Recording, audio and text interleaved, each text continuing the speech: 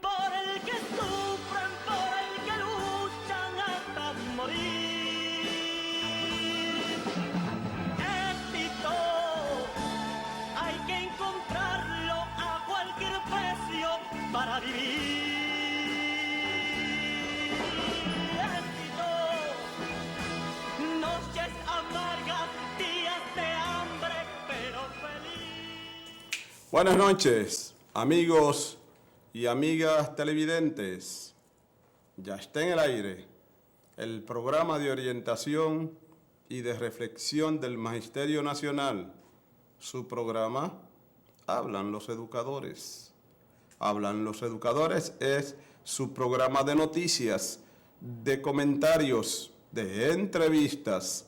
Hablan los Educadores, de lunes a viernes de 7 a 8 de la noche, por el Canal del Sol, en su nueva visión. Bueno, amigos, amigas televidentes, espero que hayan tenido un buen fin de semana. Y excusar a mi amigo el Tutumpote, el pescuezo largo, porque se confirmó hoy que es el único maestro jubilado con cuarto. Está de vacaciones para los países, y no los países verdes, sino para los países. Si es que le vaya bien, Tutumpote.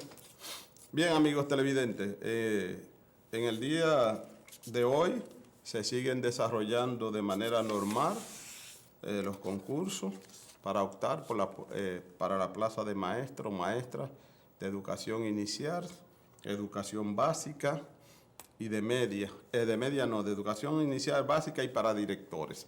Los de media todavía no han iniciado.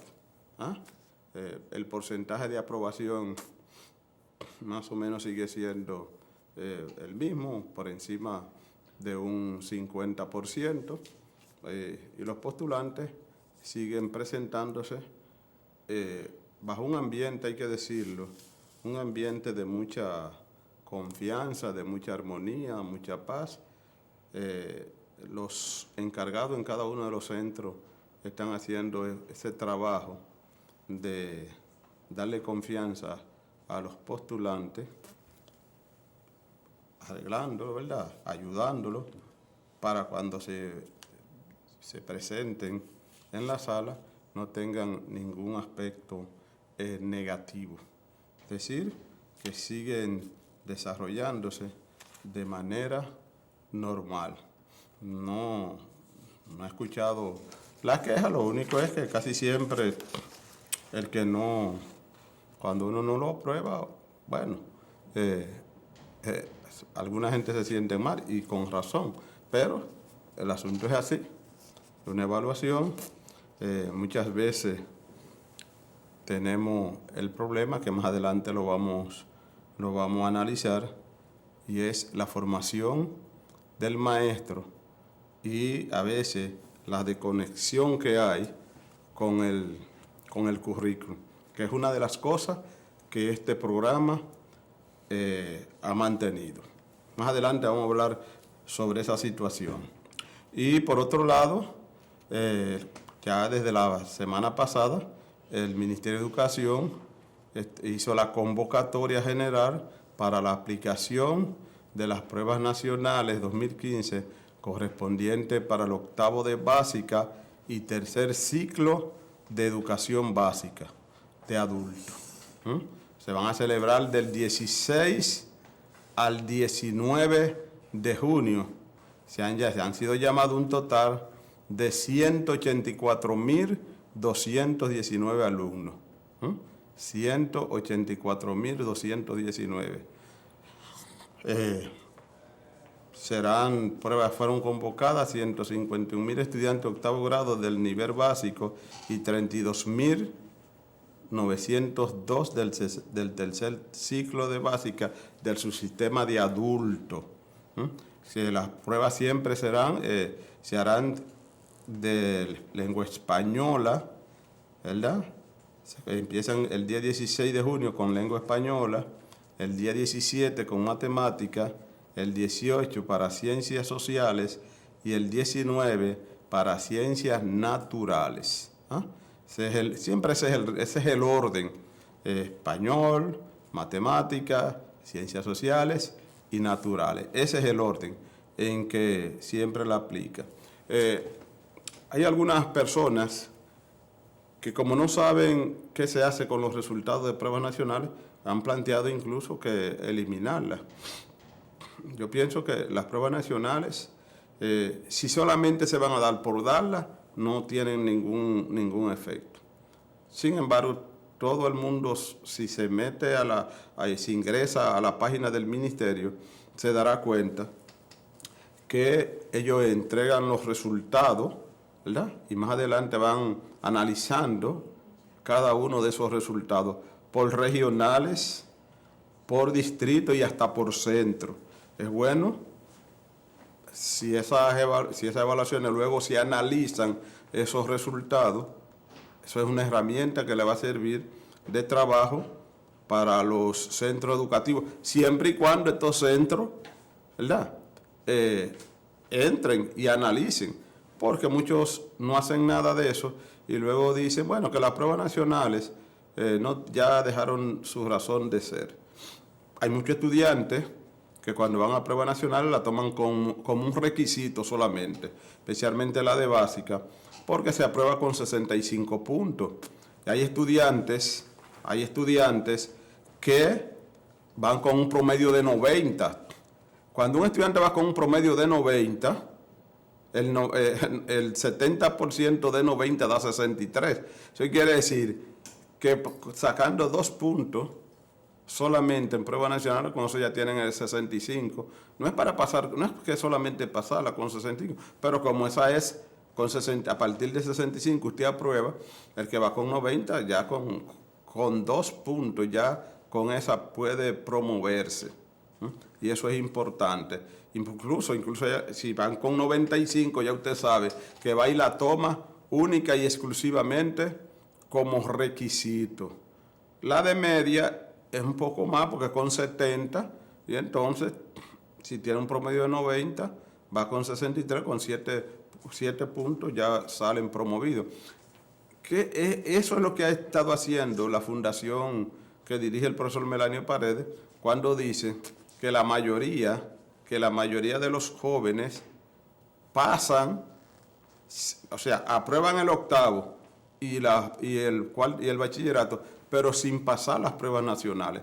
¿Por qué? Porque si las pruebas nacionales tienen un valor de 30 puntos, cuando usted le saca el 70% a 30, entonces le daría 21. Habría que sacar, para tú decir que aprobaste la prueba como tal, tiene que sacar 21 puntos o más. Sin embargo, si te vas con un promedio de 90, 63, con 2 puntos, ya usted, aunque saque 2 puntos que se quemó en la prueba, pero sin embargo, o sea, en la prueba como tal, sin embargo, usted se promueve en el curso, que esa es la interpretación que se le ha venido dando, que le da el profesor Melanio Paredes al trabajo que ha estado haciendo la fundación, y es que él analiza los resultados de la prueba. ¿Cuál es la puntuación que los estudiantes han obtenido en cada una de esas pruebas? Y la mayoría entonces saca menos de 21 puntos. O sea, el gran porcentaje altísimo es menos de 21. Eso quiere decir que la prueba como tal, la prueba nacional como tal, ellos no la pasan. Pero por las notas acumuladas, entonces, si se promovieran, y que no debe de ser, ¿verdad?, por las calificaciones de pruebas nacionales, entonces una gran mayoría de los estudiantes, tanto de octavo como del bachillerato, no pudieran aprobar los niveles. El de octavo no pudiera pasar de octavo a primero y el del bachillerato no pudiera hacerse bachiller.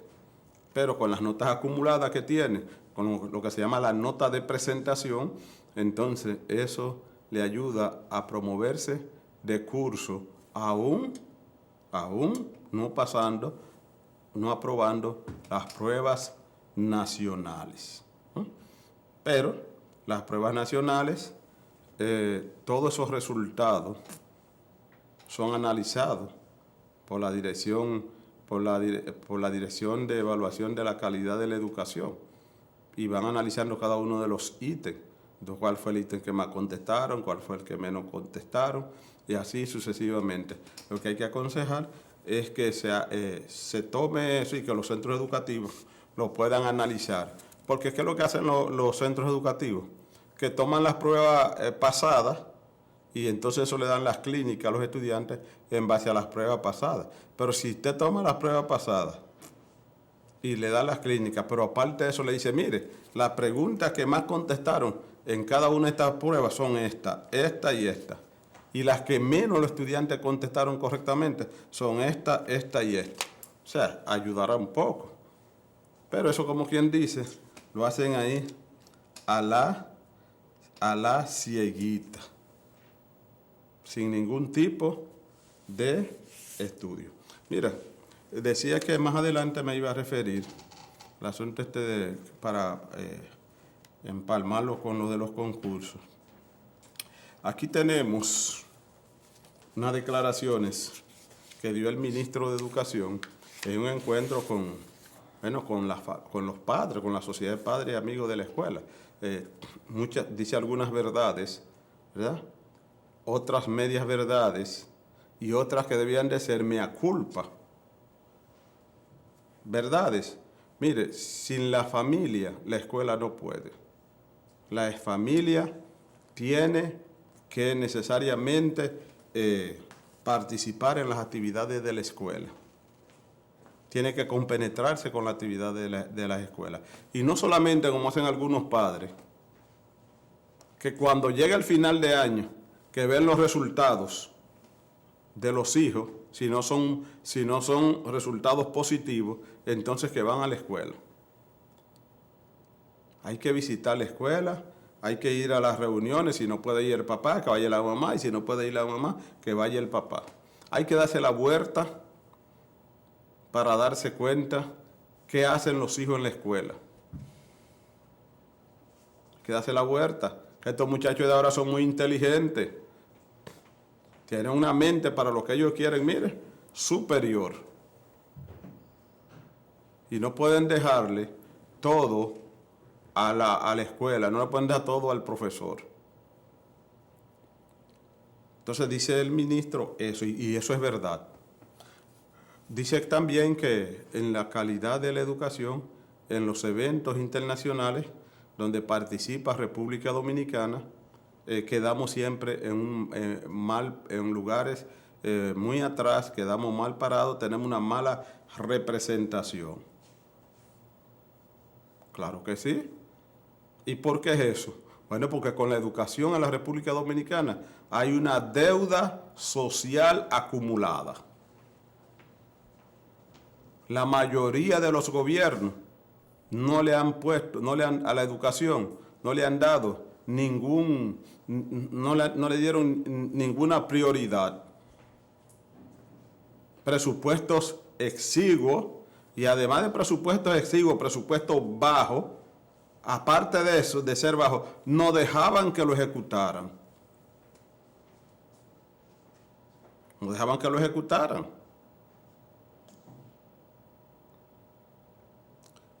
En este evento que participamos en estos días, aquí está, la semana pasada, el 5º Seminario Subregional de la Calidad de la Educación, Formación Docente, un despertar a la excelencia, es en este seminario que está aquí, donde nosotros parecía que estábamos en un mundo diferente cuando nos hablaban de la calidad de la educación. Pero también nos decían que había que hacer para tener, ¿verdad?, una educación de calidad. Decía donde participaron más de 13 exponentes internacionales. Gracias, señor director. Más de 13 exponentes internacionales. Y cada uno hacía sus exposiciones. Trajeron una chilena, a mí particularmente. La presentación de la chilena no me agradó.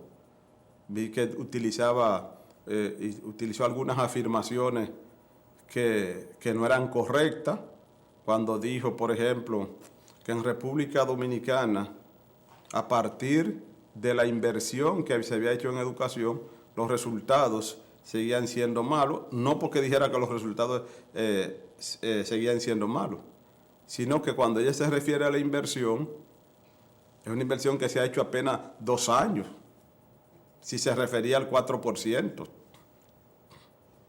Un 4% que en su primer año ni siquiera las autoridades educativas estaban preparados para hacer la inversión.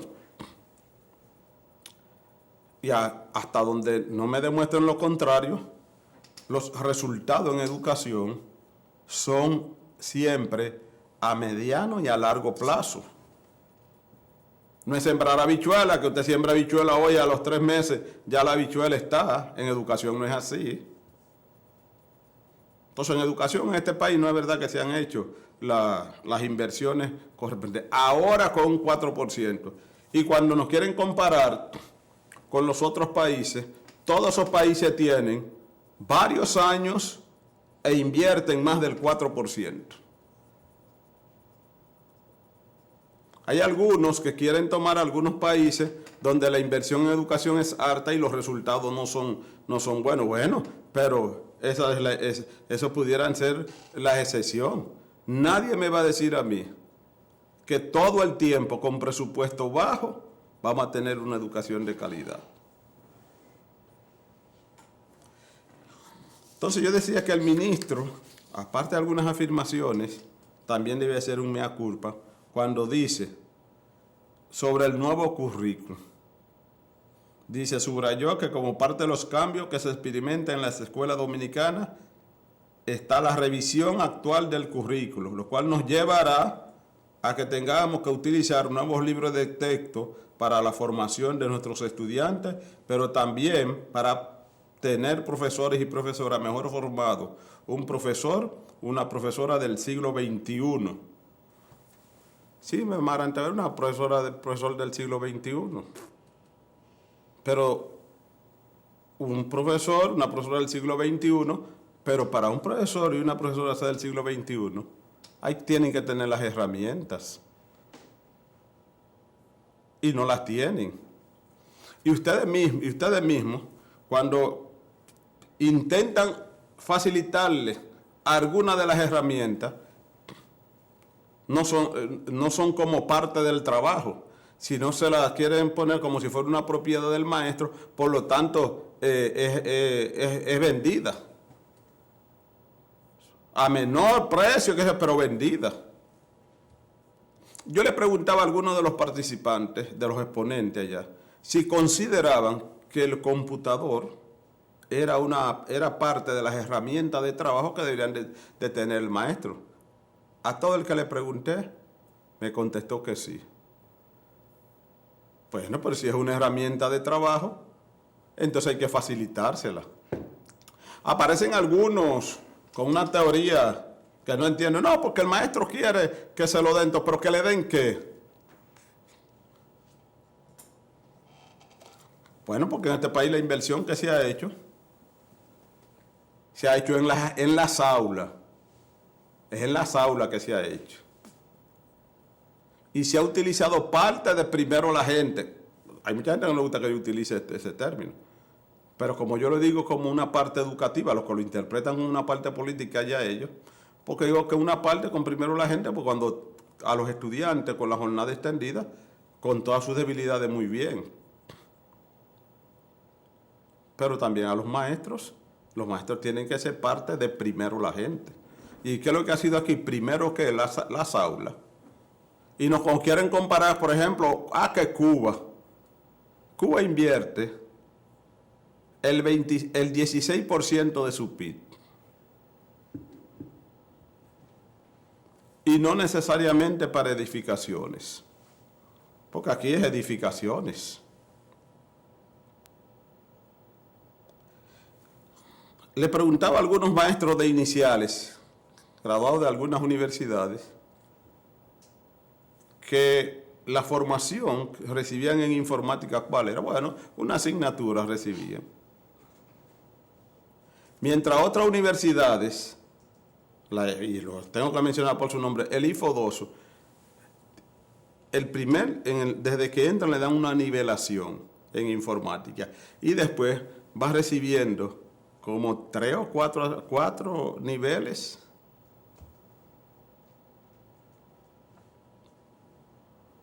Pero ven acá, entonces, ¿por qué uno es de una forma y otro de otro? Oh, señor ministro, ¿por qué resulta que usted está hablando del currículum que no se ha terminado?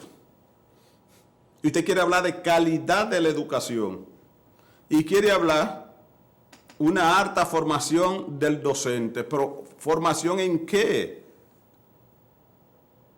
Si usted no ha definido el currículum. Cuando el currículum está definido, eso lo he dicho ya 150,000 veces, entonces de ahí podemos sacar el perfil del maestro que queremos. Y cuando tengamos el perfil del maestro que queremos, entonces obligaremos a las universidades a través de la MESIL de que formen un maestro con esas condiciones. Que cada universidad forma el maestro como lo considere. Por eso fue que en los conversatorios con estos especialistas en educación, especialmente a los nacionales, yo le hacía la siguiente pregunta. ¿Considera usted que el Ministerio de Educación, el Ministerio de Educación Superior, Ciencia y Tecnología y las universidades están girando en un mismo sentido en la formación del docente o cada uno jala para su lado? O como yo le terminaba diciendo jocosamente, ¿están casados o están divorciados? Y fueron muchas personas de alta calificación que le hice la pregunta. No encontré a ninguna que nos dijera que estuvieran casados o que cada uno o que actúan en la misma dirección en la formación. Ninguno. Vamos a ver si el señor director nos tiene listo. ¿Qué nos dijo el rector del Instituto Superior de Formación Docente Salomé Ureña, el IFODOSU? Para mí, la universidad que está marcando pauta en la formación, ¿verdad?, de un maestro de calidad. Oiga bien, y cuando le hicimos varias preguntas, entre ellas es, vamos a ver, ¿cuál es el parecer que tuvo el doctor Julio Sánchez Mariñez sobre el evento y cómo podíamos ese evento tratar de conectarlo con la educación de la República Dominicana? Adelante, señor director. Buenas noches, doctor. ¿Cómo está? Buenas noches, muy bien. Aquí al caer el día después de una muy linda jornada que hemos tenido ayer y hoy aquí en este seminario subregional de la UNESCO, el quinto, ¿verdad? Sí. Bueno, como un asunto de protocolo, sabemos que el país lo conoce, es el doctor Julio Sánchez Mariñez, rector del Instituto Superior de Formación Docente Salomé Ureña.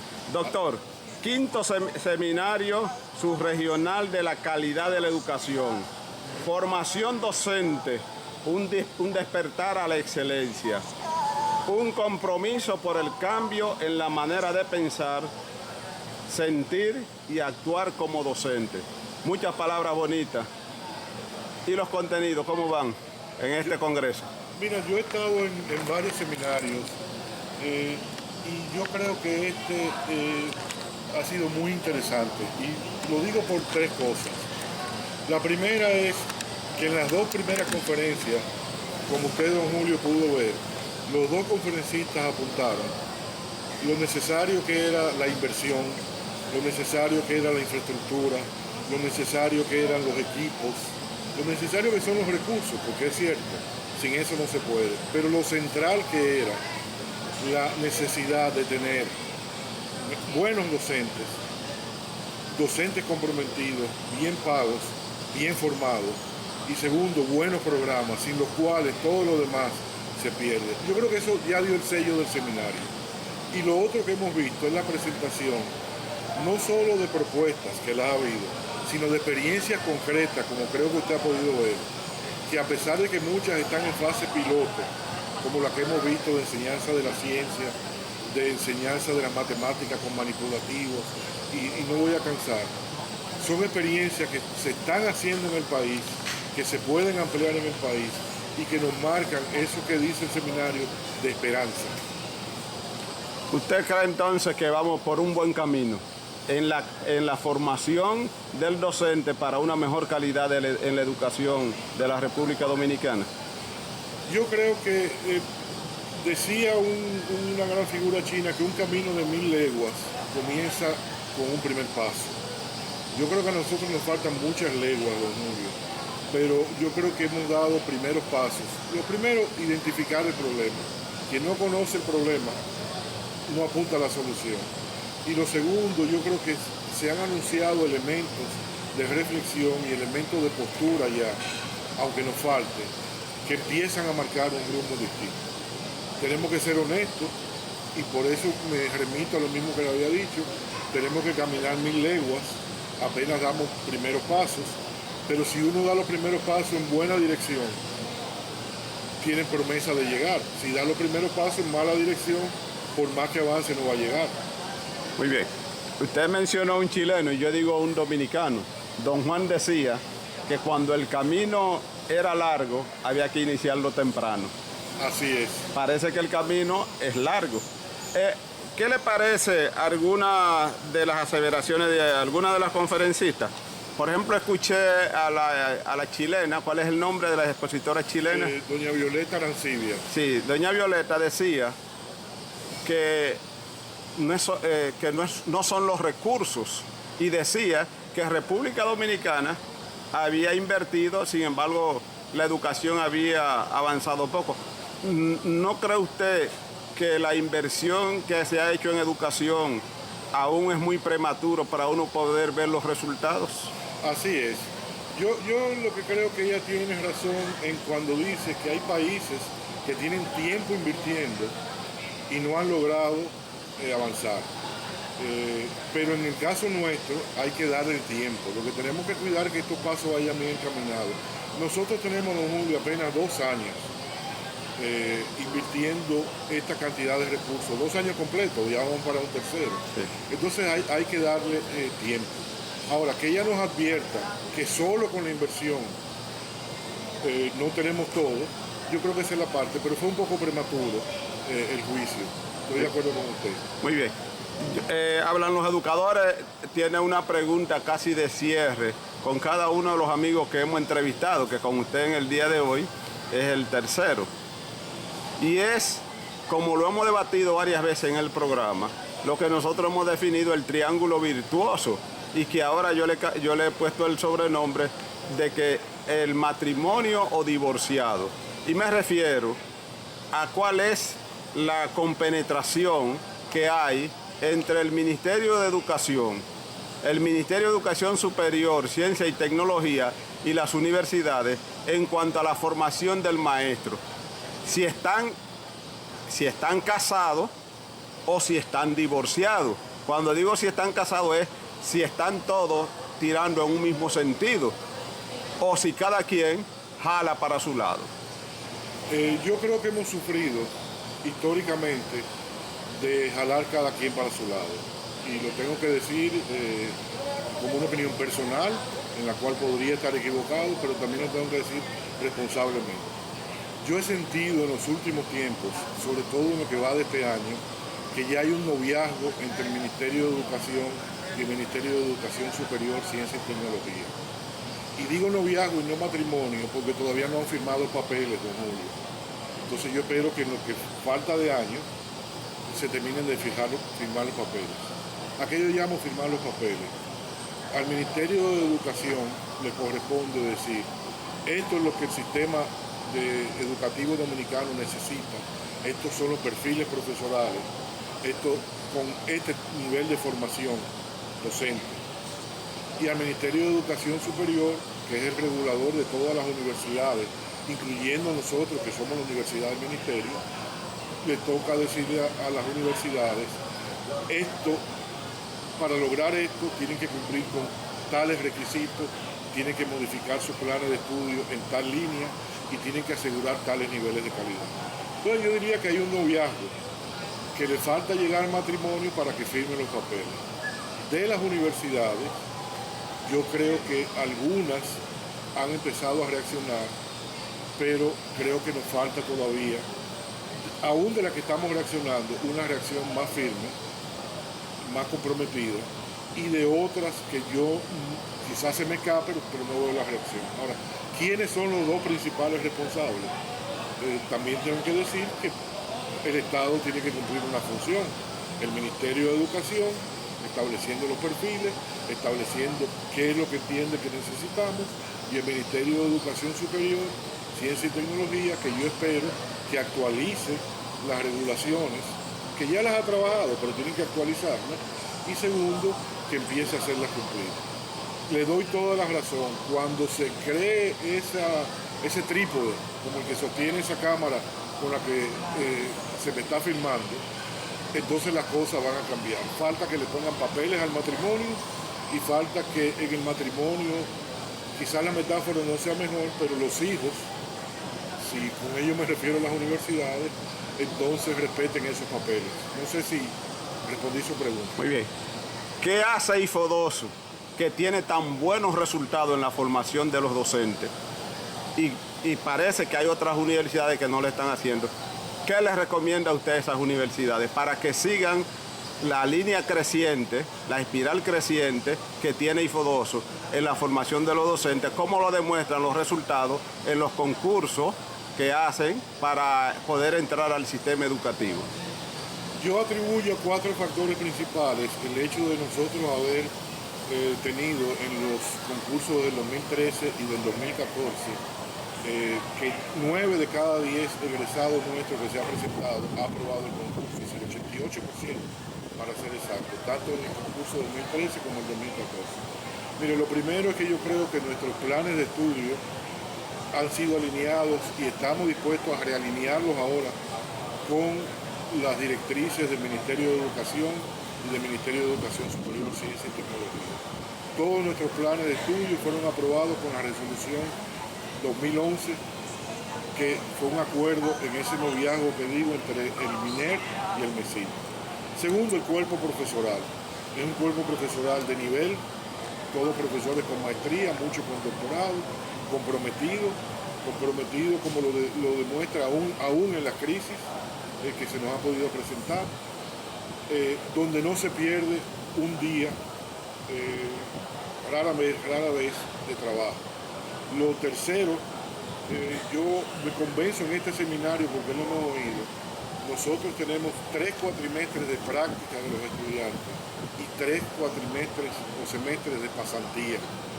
En lo que estamos ahora buscando que el último semestre de pasantía sea pasantía pura. Es decir, los estudiantes tienen formación práctica y formación teórica a lo largo de toda la carrera. Y el cuarto factor que yo creo es que, y tengo que decirlo, nosotros tenemos 6 recintos universitarios que, a pesar de que le estamos haciendo mejor en sus instalaciones, son recintos acogedores, son recintos donde lo fundamental en términos de aulas, de laboratorios, de oficinas, de espacio físico está. Y lo que podía hacernos falta está en vías de consecución. Ahora, el factor humano vertido en los planes de estudio y el factor humano del cuerpo profesional que tenemos, yo creo que son los ingredientes y el compromiso de ese cuerpo profesional, primero, que explican lo que está pasando en el IFODOSO. Gracias, don Julio, por su participación. Sé que ha tenido un día muy agotador, pero hablan los educadores, le agradece esa intervención suya, donde usted pone bien claro cuál es el camino que hay que seguir para seguir mejorando la calidad de la educación.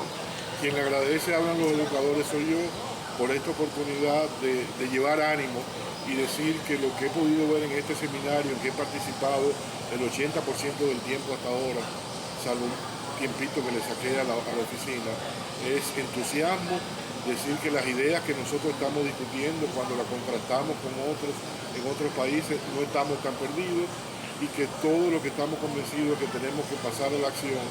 Y como fue que usted dijo, si el camino es largo, comencemos temprano. Así es. Gracias, don Julio. Bien, ahí estaba la participación del doctor Julio Mariñez, quien es el rector de IFODOSO. Hay que decir, ¿verdad?, que ese trabajo de IFODOSO es un trabajo que viene en cadena. Ha tenido buenos rectores, ¿verdad?, como la maestra Ana Dolores Guzmán de Camacho. Dice, bueno, vamos a la primera pausa, que vamos muy tarde, y en breve regresamos. Cuando regresemos, amigos y amigos televidentes, entonces vamos a estar recibiendo sus llamadas. Adelante, señor director. Noches amargas, días de hambre, pero feliz. Gracias, amigos y amigas televidentes, por continuar ahí con el espacio de orientación y de reflexión del Magisterio Nacional. Su programa, Hablan los Educadores. Me pregunta un amigo televidente que si en el SENMA hay algún oftalmólogo bueno, porque él quiere operarse de la vista. Bueno, en el SENMA hay de todos los especialistas. Y si en el SENMA no hay, recuerde que el SENMA tiene convenios, contratos con muchas clínicas. Mira a ver si en una de las otras clínicas entonces alguien les recomienda a alguno, o en el mismo SENMA, porque el SENMA tiene de todos los especialistas. Ahora, ¿cuál es la ventaja si usted lo hace en el Hospital SENMA Santo Domingo o SENMA Santiago? Que es que la diferencia no tiene que pagarla. Porque recuerde el copago. Cuando uno lo hace en los hospitales, en los dos que tiene el SENMA, Santo Domingo y Santiago, la diferencia no tiene que pagarla. Buenas noches, ¿dónde nos habla? Aló, buenas noches, de San Juan de la Maguana. Adelante, San Juan. Sí, yo lo que quiero preguntarle al profesor que por qué a los postulantes de inglés solamente nos están poniendo lo que sacamos en la planificación. Por ejemplo, si no saca 25 de 30, le ponen eso nada más, ¿por qué no le ponen los otros puntos? Sí, recuérdese que hay en inglés. Aló. Sí, le voy a hablar por la televisión. Sí, Recuérdese que hay en inglés, años anteriores, lo que usted hacía era que viene aquí y toma una evaluación del contenido, ¿te entiende? Es decir, que los maestros de inglés, aquí en la sede, le da un examen de inglés, que ni siquiera iban al concurso, así como como iban los maestros de inicial, de básica, los de inglés y los de informática, porque son, como quien dice, dos asignaturas muy, muy prácticas. Porque me decía alguien, ¿no?, que después que uno pasa el concurso ahí, luego tiene que venir aquí a Santo Domingo. Bueno, es por eso. Lo han ido soltando un poco, pero antes el inglés lo que hacían era eso. La práctica. La práctica para eso. Buenas noches, ¿dónde nos habla? buenas noches desde Los Minas. Adelante, Los Minas, le escucho. Es para hablar respecto a esas pobres educadoras que trabajan en INAIPI, viendo el año a la primera infancia. Sí. Queremos hacer un llamado al Ministerio de Trabajo, puesto que esas pobres facilitadoras, que solamente ganan 13.800 pesos, jornada completa, y el Ministerio de Trabajo, por favor, que vele, porque están trabajando más de las 8 horas que deben de trabajar. Sí, pero hacemos un cálculo matemático. déjeme preguntarle algo. Usted dijo maestras. No necesariamente son maestras, ¿verdad? Bueno, tienen un nombre, Sí. son mis niños, en una institución que ahora es INAIPI, Sí. y tienen un nombre que no es maestra, pero son maestras porque la gran mayoría de ellas son ya graduadas. Sí, porque antes antes de agruparla en esa institución, le exigían la titulación de maestra, pero ahora ya no se lo exigen. Bueno, en CONANI hace mucho tiempo que están entrando estudiantes. Sí. Ahora están todavía el reclutamiento que hizo INAIPI, también reclutó maestras, estudiantes de término. Sí. Pero la cuestión es la siguiente, es que entran a las 7:30 Sí. de la mañana y salen a las 5:30. Están violando la ley totalmente, Sí. por 13.800 pesos, que es lo que ganan en la actualidad. Aún ganando lo que tienen ya proponiéndole a ellas más de 8 meses un nuevo sueldo, todavía están violando la ley de trabajo. Así es. Ahí está su denuncia, amigo. Muchas Gracias a usted. Sí, porque ahora no son 8 horas de trabajo. Antes eran maestras y las tenían el salario de maestra. Incluso hay algunas que siendo maestras y teniendo el salario de maestra, con la reorganización que hicieron, lo han perdido. Llamaron al profesor Franklin de la zona norte, un grupo de maestros que estaba en esa situación. Yo hablé con alguien allá en Recursos Humanos y me decían que no eran educadoras, no eran maestras. ¿Será que ahora le han bajado la categoría?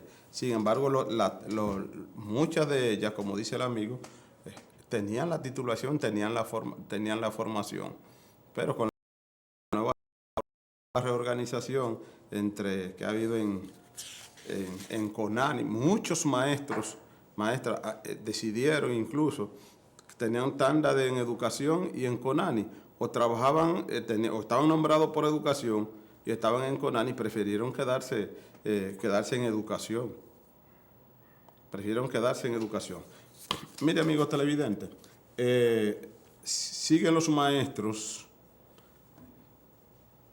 bueno, voy a tener que ir ahora a la pausa, porque fue que en el otro tiempo me cogí mucho para no cerrar el programa con una pausa y entonces comentarles lo que me han abordado algunos maestros sobre el salario complementario.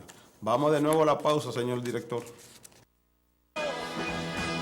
Noches amargas, días de hambre, pero feliz.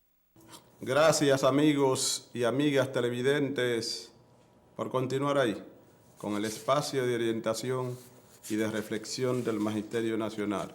Su programa, Hablan los Educadores. Mira, me llamó una maestra ahora y me dice que cuánto que les van a dar, están pagando 100 pesos por la jornada por día. Sin embargo, conversé en la pausa con un director distritario y un regional. Me dicen que no, que todavía, porque la jornada que están dando es a los técnicos, que no saben de dónde la maestra dice que son 100 pesos, al menos que ella no sea técnico, ya esa es otra cosa. Mire, hemos explicado varias veces el asunto del salario complementario aquí. El día de hoy me encontré con un maestro y dice, ¿y me van a dejar morir sin entregarme el salario complementario? Digo, mire, maestro, ¿qué es lo que pasa con el salario complementario? Por ejemplo, los policías cuando ingresan, desde el primer día están aportando. Y también los maestros de ahora cuando entran al sistema están aportando desde el primer día. Pero los maestros que entraron al sistema y después fue que entró esta ley, la 451-8, que es donde se aprobó el salario complementario.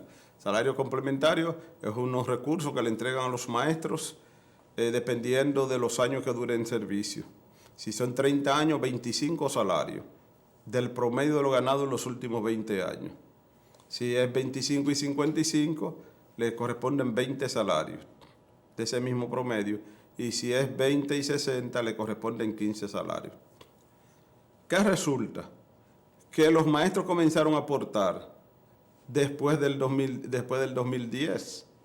Y hay maestros que los jubilaron en el 2010.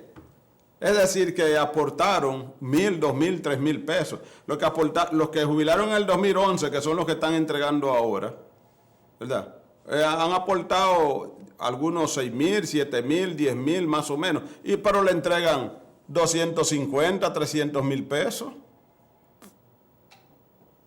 Ahora, el maestro que entra ahora, cuando le corresponde su salario complementario, ya se tiene los aportes y ya ese fondo está fortalecido. Y Navima todos los meses entrega un promedio de ese salario complementario de 20 millones de pesos. Y no es un préstamo, como dicen algunos. Si es un préstamo porque me siguen cobrando.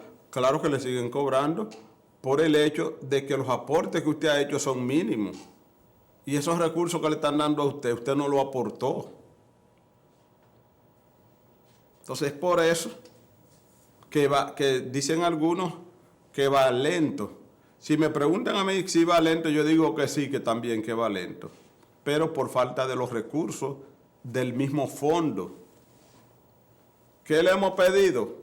Hace mucho que hicimos una sugerencia y el director de INAVIMA parece que va por ese lado, pero es bueno empujarlo un poco más, de que la Asociación Dominicana de Profesores le presente algún plan a INAVIMA de forma tal de que lo pueda agilizar un poco más.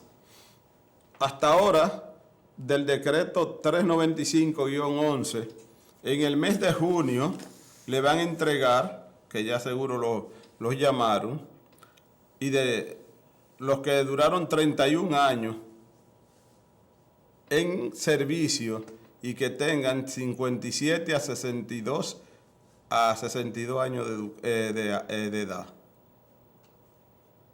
El que me hablaba duró 30 años. Mire, los de 30 años van a iniciar en octubre. 30 y 31, en octubre terminan los de 31 años que duraron en servicio e inician con los de 30. Eso quiere decir, luego en noviembre le van a entregar los de 30, al igual que en diciembre. Pero eso quiere decir, amigo, amiga televidente, que los que tienen 30 años en servicio, eso van a venir terminando más o menos en el primer cuatrimestre del año 2016. Pero estoy hablando de los del 2011. Ya me falta entregarle a los de 2012, 2013, 2014 y ahora en junio salen los del 2015, porque recuerde que en junio siempre el señor presidente, un dictado que le entregan en el Ministerio de Educación, salen los nuevos jubilados. Entonces, hay algunos maestros que me llaman del interior también, me dicen eso, me voy a morir y no lo voy a recibir. No, ojalá que no se muera, maestra, que usted lo pueda recibir en vida, para que usted lo disfrute. Y no es una deuda, porque ojalá que usted no se muera por todo este tiempo, pero si alguien falleciera, no lo sigue pagando tampoco. Entonces, no es un préstamo. Si fuera un préstamo, los familiares tuvieran que seguir pagando. Buenas noches. Sí, buenas noches. Sí, le escucho. ¿Dónde nos habla? ¿Con quién hablo? Usted llamó a hablar los educadores, ¿verdad? Sí. Habla con Julio Batista. Dígame. Porque yo estoy viendo hablando de... Sí. ¿Quién está hablando con otra persona? Daniel, No, maestro. Está bien. es con Julio. Buenas noches. Buenas noches, ¿cómo está? Bien, ¿de dónde nos habla? Desde Asua. Adelante, Asua. Daniel, ¿qué habla? Dime, Daniel, ¿cómo está? Bien, gracias. Es para preguntarle, y aquellos maestros que tienen 37, 36, 35, ¿qué pasa con ellos? ¿Pero de qué decreto? Daniel, ¿pero de cuál decreto? No, que tienen 35 y se van a ir a 35 horas. ¿Pero de cuál decreto? No, que ellos se van a jubilar con 35. Pero recuérdese que para la jubilación, la entrega del salario complementario, lo primero es el decreto. Estamos en el decreto 395-11. Cuando jubilen ahora eso todavía no se sabe, aunque tengan 60 años, porque lo primero es el decreto. Estamos en el decreto 395-11, quiere decir del año 11. Después van los que jubilaron en el 12, después los que jubilaron en el 13, Daniel.